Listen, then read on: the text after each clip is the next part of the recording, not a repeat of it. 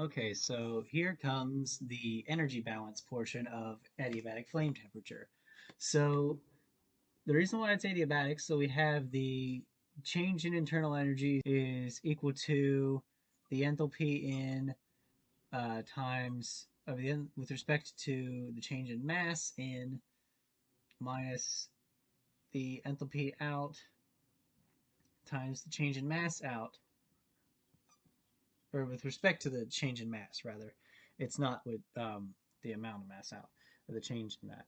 But this du here, because it's adiabatic, is equal to 0. And because we're also going to say it's at steady state, anything with respect to time is not going to be changing. So that extremely simplifies this problem. Even though in real life, you could just like turn up the flame temperature if you wanted to. You can play around with it. That can be boiled down to the enthalpy in is equal to the enthalpy out because they're equal to 0. Like it's equal to 0, the in minus out. Change in enthalpy is equal to heat capacity times the change in temperature. And if you want to do this for a large amount of energy, or for a large change in energy, or temperature rather, then you're going to integrate from temperature 1 to temperature 2 for dH is equal to the integration of heat capacity from temperature 1 to temperature 2 times delta temperature, or well, times the change in dt, essentially.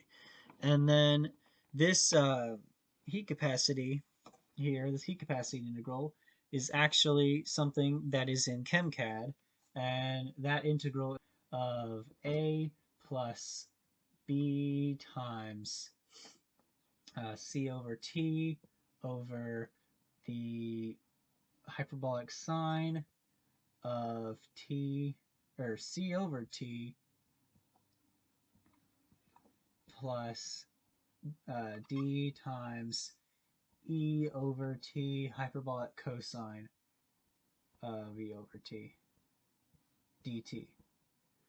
And since we're integrating with this with respect to time and in temperature 1 to 2, we have this, I already shoved this into Wolfram alpha and got A times T plus B times C, and it's since it's cotangent and we don't want it to be like hyperbolic cotangent because it's a weird function, we made it BC over the hyperbolic tangent of C over T plus a negative D times E hyperbolic tangent of E over T.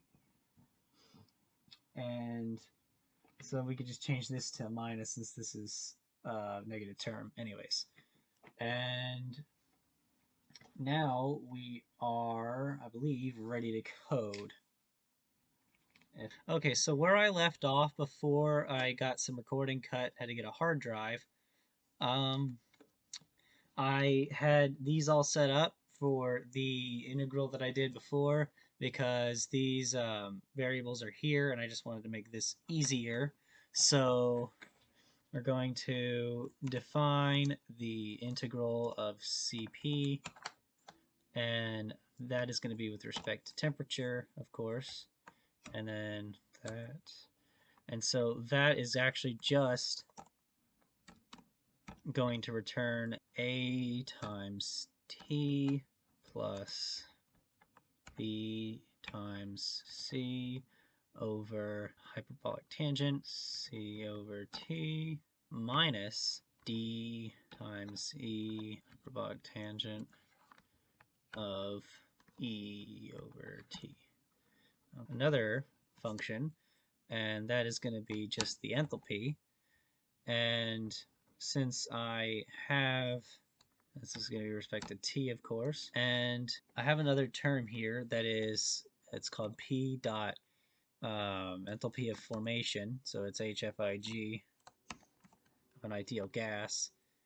Shift enter. That'll give me all the properties of all of these, the enthalpies of formation of that. I can delete this because I don't need it, but I suggest it to showcase. So what this is actually going to do is return this enthalpy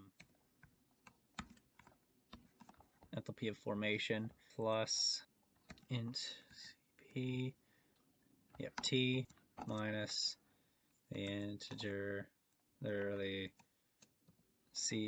integration of that at 298 kelvins. Actually, this needs to be over 1,000 because this is in terms of this needs to be made in terms of moles, and it's not. So to do that, to make it in terms of moles, you got to divide by 1,000. Then we need to code our moles in of stuff, and that is actually going to be equal to a concatenation, or just adding up the fuel. I think it's what I'd call it, moles of fuel, and the array of moles of O, moles of N. We need to add 2 zeros because that is going to be, oh wait, does it need to have these around? Okay, probably does need to have these around it because it is that. Yeah. And the moles out are equal to another array. It's going to have 3 zeros in the front because we need 7 and we only have 4 things that are going out. So it's, let's see, what order did I do it in just for...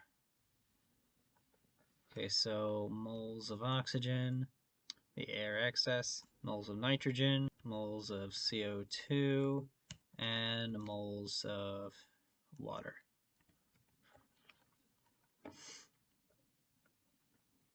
And then it's moles. Yep, there we go. Okay. Since we want the delta H in to, or the H in to equal the H out, like the enthalpy in to equal the enthalpy out, what we need to do is take a dot product of these moles in and these two equations here. So what we're going to do is just define a random equation with some vector temperature to be equal to the first term of the vector. And we want that vector to return an array, well, not an array, just the term, the guess, so it'll be h of t. Oh wait, I need to do numpy dot first, and then go h of t moles out minus another dot of the moles in.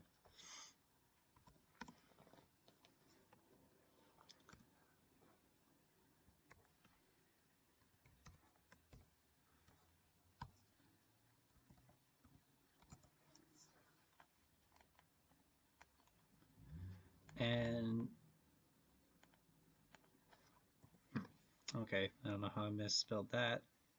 Why is this? Okay. And the last thing we need to do is use that root function, and that is root of the equation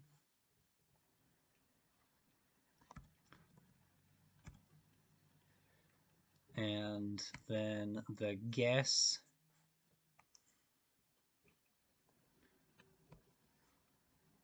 I'll just label that G. And then outside we need dot x, and then we just want the first term. So dot x at 0. And since I have needed to define G, I'll just go G is equal to, let's say, 2,000 degrees, because we have that excess of air that's going to lower it.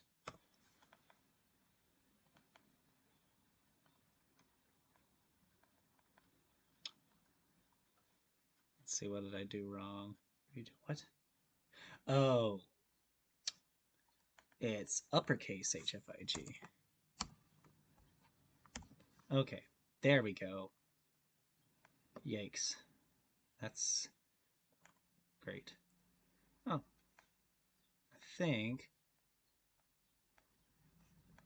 I do believe this is the correct temperature. So here, this is the correct temperature of the adiabatic flame. And just to show you what it would be otherwise, let's say we up this number to 2. So moles is equal to 2. And I think we would just need to go this, here, here, here. Let's rerun everything. Oh, it'd be the exact same. Never mind. Okay, so I guess it does not really matter the number of moles that you have in there. But what probably does matter is the excess of air. So let's say we had a 30% excess of air. That's going to lower the temperature even more. See, it's going to lower the temperature even more. And if we have 0 excess of air,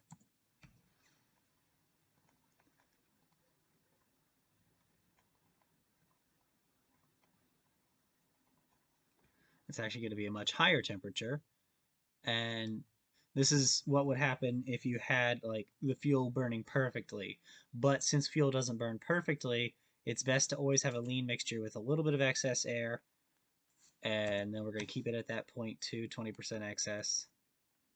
And keep the flame relatively hot, but it's not as hot as it could possibly be. I don't think I need to redo all the equations. Yeah, I probably don't need to, but just for security. So that is how you do the adiabatic flame temperature. That is how you find the adiabatic flame temperature.